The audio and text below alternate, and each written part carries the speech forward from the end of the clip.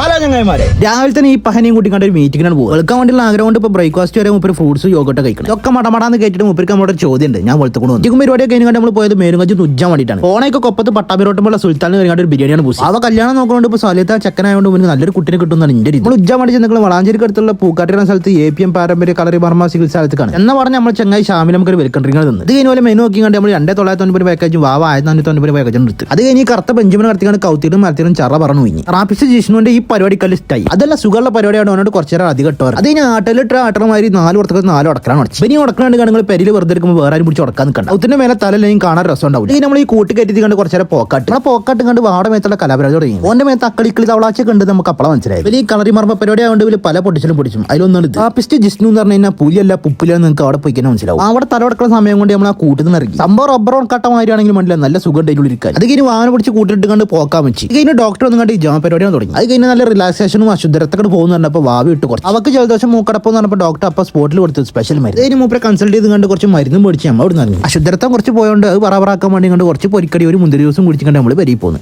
അപ്പൊ ശരി.